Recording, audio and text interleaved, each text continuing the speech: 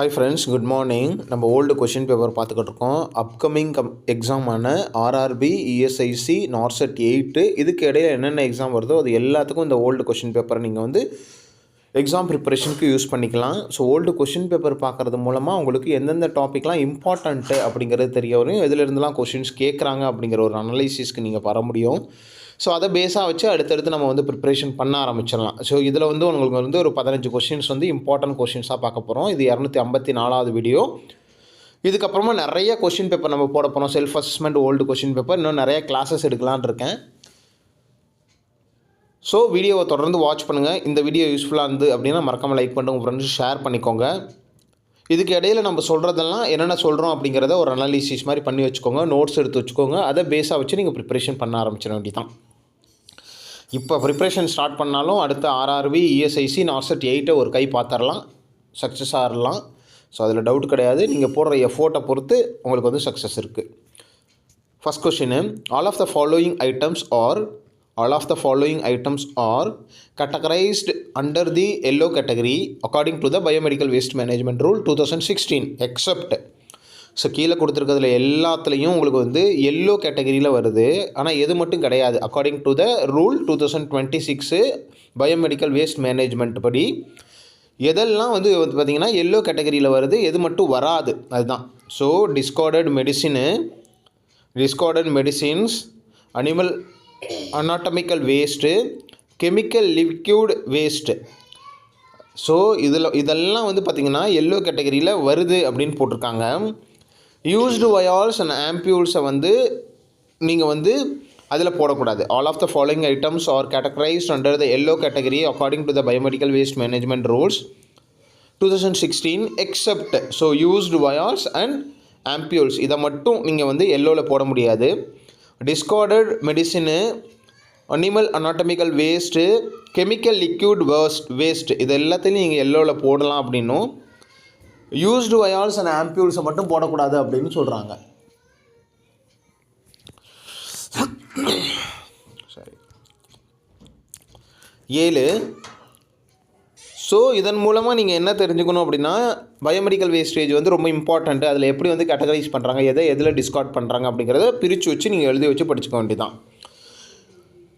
Then question number 7, a damage in the which of the following parts of the brain causes pinpoint fixed people. So எந்த brain part வந்து உங்களுக்கு damage ஆகிறதுனால உங்களுக்கு வந்து pinpoint fixed peoples வந்து presentation ஆகும். இதுதான் கொஷின். இது வந்து உங்களுக்கு வந்து பார்த்திங்கன்னா சம் ட்ரக்ஸ்னாலே ஆகும். எந்த ட்ரக்ஸ் அப்படிங்கிறதையும் நம்மளோட கமெண்ட்டில் சொல்லுங்கள். ஆன்சர்ஸை பார்த்தலாம். Mid brain, oculomotor nerve, pons, cerebrum. So இதில் வந்து இந்த பான்ஸில் வந்து உங்களுக்கு வந்து பிரெயின் பார்ட்டான பான்ஸ் வந்து டேமேஜ் ஆச்சு, அஃபெக்ட் ஆச்சு அப்படின்னா உங்களுக்கு வந்து பின் பாயிண்ட் ஃபிக்ஸ்டு பீப்புள், அதாவது ஒரு மாதிரி ஒரு பின் பாயிண்ட் மாதிரி இருக்கும், அது வந்து ஃபிக்ஸாக இருக்கும். அது வந்து உங்களுக்கு வந்து பார்த்திங்கன்னா டைலேட் ஆகாது. ஸோ அதை தான் நம்ம வந்து அப்படி சொல்கிறோம். ஸோ அது வந்து பார்த்திங்கன்னா எந்த பார்ட்னா பான்ஸு. இது வந்து இன்னொரு ட்ரக்குனாலே ஆகும். அது எந்த ட்ரக் அப்படிங்கிறத மறக்காமல் சொல்லுங்கள், எப்படி படிச்சிருக்கீங்கன்னு பார்ப்போம். Question number 8, what is the route of administration of the measles vaccine. So உங்களுக்கு வந்து வேக்சினேஷன் ஷெட்யூல்லேருந்து கண்டிப்பாக ஒரு 2-3 கொஷின்ஸ் கேட்டுறாங்க. அதை நல்லா டீட்டெயில்டாக படித்து வச்சுக்கோங்க. வேக்சினேஷனில் என்னென்ன ட்ரக்ஸ் வருது, என்ன ரூட்டில் அட்மினிஸ்ட்ரேஷன், எந்த டைமில் கொடுக்கணும், எக்ஸ்பெக்டட் காம்ப்ளிகேஷன்ஸ் என்ன, இதெல்லாம் வந்து ரொம்ப இம்பார்ட்டன்ட். ஸ்டோரேஜு எந்த இடத்துல வந்து எங்கே மேலே எடுக்கணுமா கீழே எடுக்கணுமா, ஸோ இதெல்லாம் ரொம்ப இம்பார்ட்டண்ட்டு, படித்து வச்சுக்கோங்க. எவ்வளோ அளவு கொடுக்கணும், எந்த ரூட்டில் கொடுக்கணும், இதெல்லாம் படித்து வச்சுக்கணும். Then 8, what is the route of administration of the measles vaccine. Oral, intramuscular, intradermal, subcutaneous. 8க்கு right answer subcutaneous, SC. Question number 9, heparin therapy is usually monitored by the which of the following. Heparin therapy is usually monitored by which of the following. So heparin தெரப்பியை வந்து எந்த test மூலமாக நம்ம monitor பண்ண முடியும்னா APTT. நல்லா ஞாபகம் வச்சுக்கோங்க, APTT. இந்த APTTயோட ஃபுல் ஃபார்ம் என்ன, அதை வந்து நமக்கு வந்து கமெண்ட்டில் சொல்லுங்கள். நிறைய பேர் ஆன்சர் பண்ணுறீங்க, இன்னும் நிறைய பேர் பண்ணிங்க அப்படின்னா உங்களுக்கு மறக்காது. ஸோ எனக்கு ஒன்றும் பிரச்சனை இல்லை. நீங்கள் எவ்வளோக்கு எவ்வளோ நீங்கள் ரிமைண்ட் பண்ணுறீங்களோ அவ்வளோக்கு அவ்வளோ உங்களுக்கு வந்து மறக்காமல் இருக்கும். APTT அப்படின்னா என்ன அப்படிங்கிறத சொல்லுங்கள். ஸோ இந்த ஹெப்பாரின் தெரப்பி எந்த அளவுக்கு எஃபெக்டிவாக இருக்குது அப்படிங்கிறத வந்து நம்ம வந்து ஏபிடிடியை வச்சு தான் பார்க்கணும். அப்போது இந்த பிடி இந்த டெஸ்ட் வந்து எந்த தெரப்பியை வந்து மானிட்டர் பண்ணுறதுக்கு வந்து யூஸ் பண்ணுறோம் அதை வந்து நல்லா நமக்கு வந்து சொல்லுங்கள். அப்புறம் இதோட வேல்யூ எவ்வளோ, நார்மல் வேல்யூ எவ்வளோ, இன்கேஸ் அவங்க வந்து ட்ரக்ஸ் எடுத்துக்கிட்டு இருக்காங்க அப்படின்னா அவங்களுக்கு எவ்வளோ வந்து நார்மலாக இருக்கும் அப்படிங்கிறது, எவ்வளோ வரைக்கும் நம்ம அக்செப்டபிள் ரேஞ்சில் எடுத்துக்கலாம் அப்படிங்கிறதையும் தெரிஞ்சு வச்சுக்கணும். அதாவது இதிலோட நார்மல் வேல்யூ எவ்வளவு, இன்கேஸ் அவங்க ட்ரக் எடுத்துக்கிட்டு இருக்காங்கன்னா அப்போ வந்து நார்மல் வேல்யூ வந்து எவ்வளோ கன்சிடர் பண்ணுவீங்க, இதுவும் வந்து கேட்டிருக்காங்க. இங்கே கொடுத்துருக்குற பிடி, ஐஎன்ஆர், ஏபிடிடி, பிடி இதுக்கெல்லாம் நார்மல் வேல்யூ எவ்வளவு, இங்கே இதுக்கான ஹெப்பாரின் தெரப்பியோட அந்த மானிட்டர் பண்ணுறதுக்கான டெஸ்ட் வந்து ஏபிடிடி, இதோட எக்ஸ்பான்ஷன் என்ன, இது எல்லாத்துக்கும் எக்ஸ்பான்ஷன் என்ன தெரிஞ்சு வச்சுக்கோங்க, தெரிஞ்சால் சொல்லுங்கள். 10 normal pH of the vagina is maintained by. So normal pH இந்த வெஜைனாவோட பிஹெச்சை வந்து மெயின்டைன் பண்ணுறது எதுன்னு பார்த்தீங்கன்னா டார்டலின் பேசிலஸ், டார்டலின்ஸ் பேசிலஸ் அப்படின்னு சொல்கிறாங்க. டோடர்லின்ஸ் பேசிலஸ் அப்படின்னு சொல்கிறாங்க, டோடர்லின்ஸ் பேசிலஸ். ஸோ இதெல்லாம் வந்து புதுசான வேர்டாக இருக்கும் போது நம்ம வந்து கொஞ்சம் அதை வந்து மார்க் பண்ணி படிக்க வச்சுக்கோங்க. டோடர்லின்ஸ் பேசிலஸ் ஞாபகம் வச்சுக்கோங்க. ஸோ வெஜைனாவோட பிஹெச்சை வந்து நார்மலாக மெயின்டைன் பண்ணுறதுக்கு அவ்வளோ எவ்வளோ பிஹெச் இருக்கணுமோ அதை மெயின்டைன் பண்ணுறதுக்கு வந்து டோடர்லின்ஸ் பேசிலஸ்ங்கிற ஒரு அந்த இப்படி பாக்டீரியா தான் உங்களுக்கு வந்து ஹெல்ப் பண்ணுது. நல்லா ஞாபகம் வச்சுக்கோங்க. 10க்கு Doderlein's bacillus. Question number 11 bluish discoloration of the periumbilical region and abdomen commonly occur in the pancreatitis is called. So ஒரு டெர்மினாலஜி அவ்வளோதான்.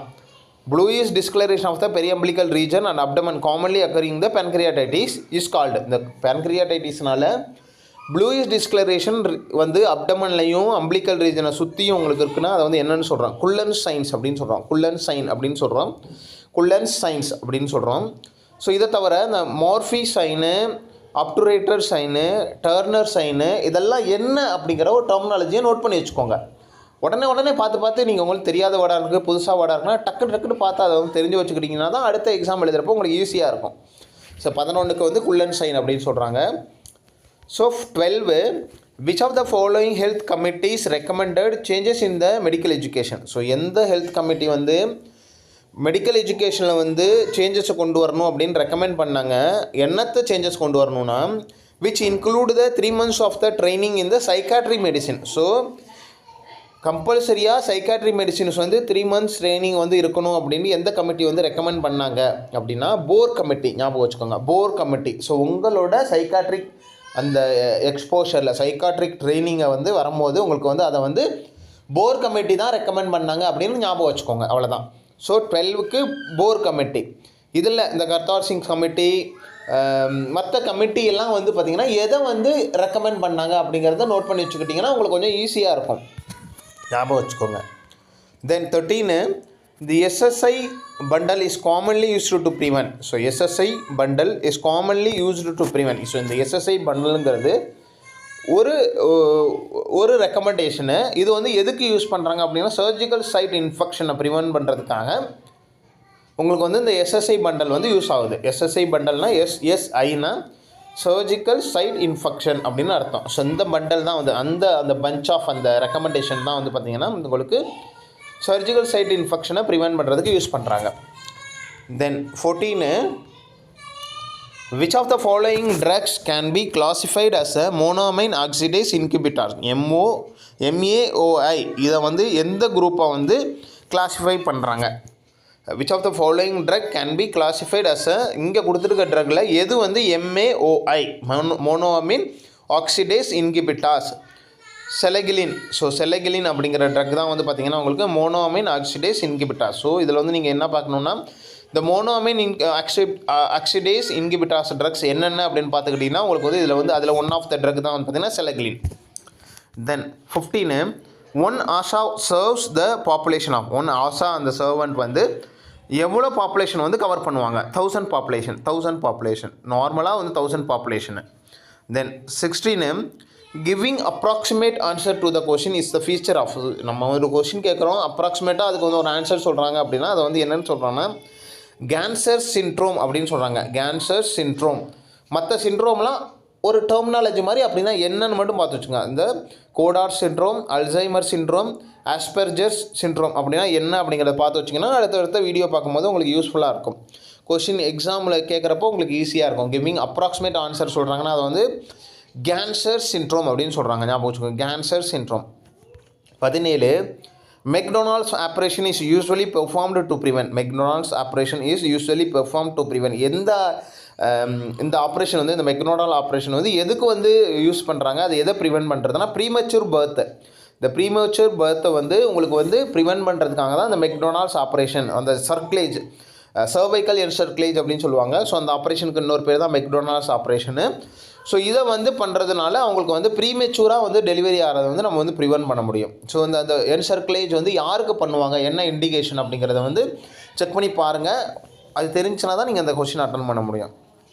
அடுத்தது 18 which of the following easily digestible protein are present in the human milk. Human மில்கில் இருக்கிற ஒரு easily digestible protein அப்படின்னா எதுனா lactalbumin. So லாக்ட் ஆல்பமின்ங்கிறது தான் வந்து பார்த்திங்கன்னா உங்களுக்கு ஹியூமன் மில்கில் ப்ரெசென்ட் ஆகிருக்கிற ப்ரோட்டீன் லாக்ட் ஆல்பமின். ஞாபகம் வச்சுக்கோங்க, லாக்ட் ஆல்பமின்.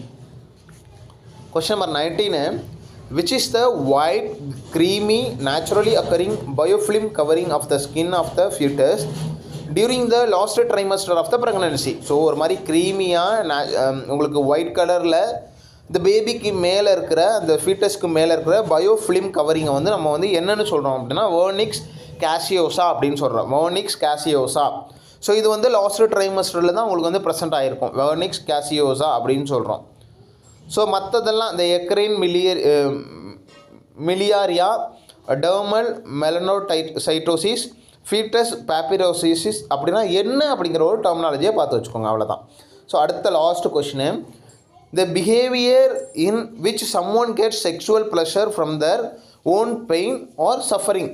ஸோ ஒரு பிஹேவியர் இருக்குது which someone gets sexual pleasure மாதிரி அவங்களுக்கு ஒரு சந்தோஷத்தை, ஸோ அந்த பெயின்லேயும் வந்து அவங்க வந்து இந்த சந்தோஷத்தை வந்து அனுபவிக்கிறது வந்து என்னென்னு சொல்கிறாங்க அப்படின்னா பார்த்தீங்கன்னா மேசோசியம் அப்படின்னு சொல்கிறாங்க. மேசோசியம் அப்படின்னு சொல்கிறாங்க. மேசோசியம்ஸ் அப்படின்னு சொல்கிறாங்க. ஞாபகம் வச்சுக்கோங்க, இது வந்து ஒரு psychiatric condition. the behavior which is someone gets sexual pressure from their own pain or suffering. So அவங்க பண்ணுற அந்த சஃபரிங்னாலேயோ இல்லை பெயின்லேயும் வந்து பார்த்திங்கன்னா அவங்க செக்ஷுவல் ப்ளஷரை வந்து அது ஒரு கண்டிஷன், ஒரு சைக்காட்ரிக் ஒரு கண்டிஷனு. ஸோ அது ஒரு சந்தோஷத்தை அடைகிறாங்க அப்படின்னா அதை வந்து பார்த்திங்கன்னா மேசோசியம் அப்படின்னு சொல்கிறாங்க. ஸோ இன்றைக்கி பார்த்த கொஷின்ஸ்லாம் எப்படி இருந்தது, புதுசாக இருந்தது தான்.